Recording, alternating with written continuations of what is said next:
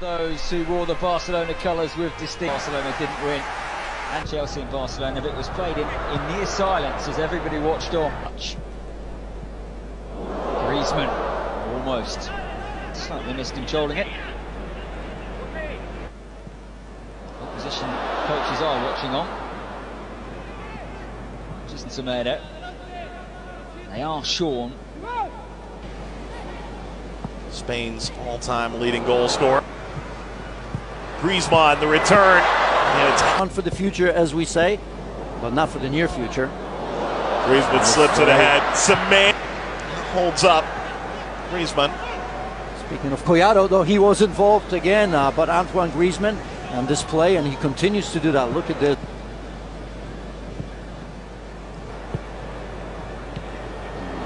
With the likes of Rakitic, even Rafinha, and Ricky Puig for the most part. I mean, every time I've seen him as of late, he's been outstanding. Rafinha. Dribbling exhibition. Griezmann. Antoine Griezmann from that distance maybe just pokes out. Ultimately, Rafinha's on the ball again. When we had the ball 95% of the time, right? And so I don't think there's.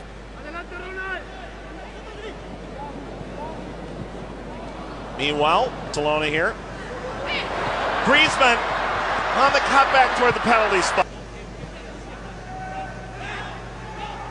Just very little flow. Puig. Griezmann. His first half comes to an end. So Klob. I think there are plenty of questions about Ricky Puig before we get too excited. To you from Kobe, Japan. Barcelona expected to compete for. There 1-2 as well. There he is on the ball constantly. It's two passes, wanting it head on the swivel as always. No panic. Look at that. Nice year with Barcelona because he didn't get enough time. So.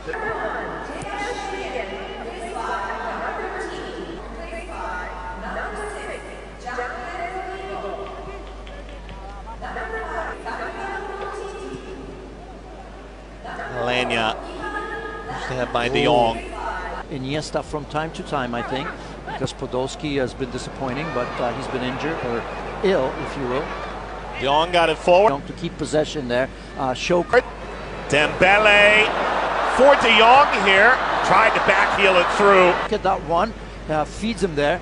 Look, I mean, that's just difficult.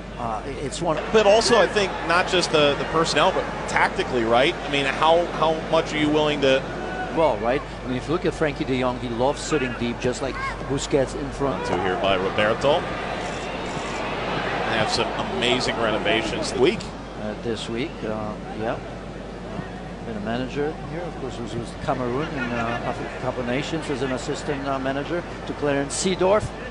Debuted in La Liga in May when the title had already been sealed up. I think he coached Curaçao. It was a tremendous long-term prestige. They certainly kind of leading the line as well because you know, when you look, they're just not. De Jong. I believe that Barcelona won him, but in order to pull that off, they will have to offload one. It's tough to call Neymar an extravagance, given how impressive he's been. But I've watched a couple of games. One that goes forward, certainly one that picks very least to see him more in the midfield. Although I still found it interesting because at first against Chelsea, was letting this hang around just a little bit.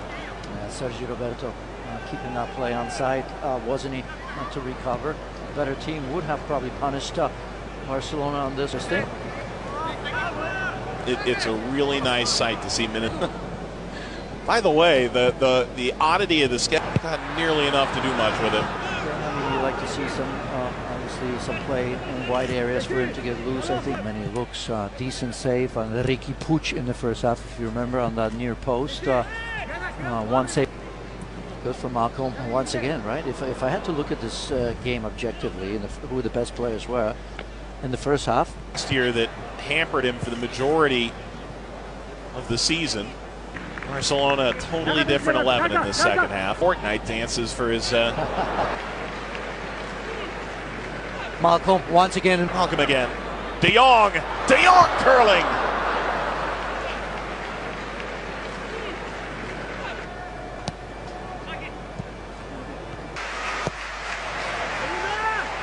Swung across here. De Jong